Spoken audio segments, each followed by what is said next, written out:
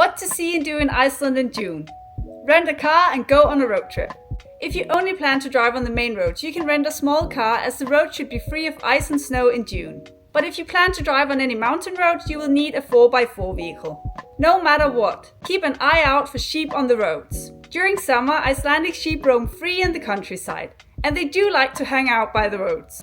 Hiking and camping are popular activities in June. Highland trails such as the popular Laugavegur from Landmannalauga to Thorsmörk usually open around the end of June.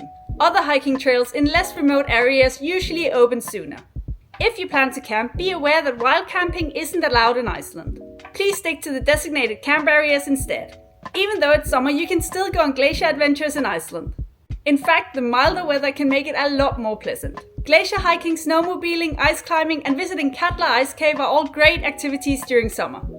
Other great summer activities include horseback riding, visiting geothermal spas, hot springs and pools, kayaking or going on a boat tour, whale watching and spotting other wildlife such as puffins, and if you're looking for an adrenaline-pumping adventure, you have to try river rafting in North Iceland. I'm telling you, it's epic. You can find much more information about all of these activities on guidetoiceland.is. Hopefully this video was helpful.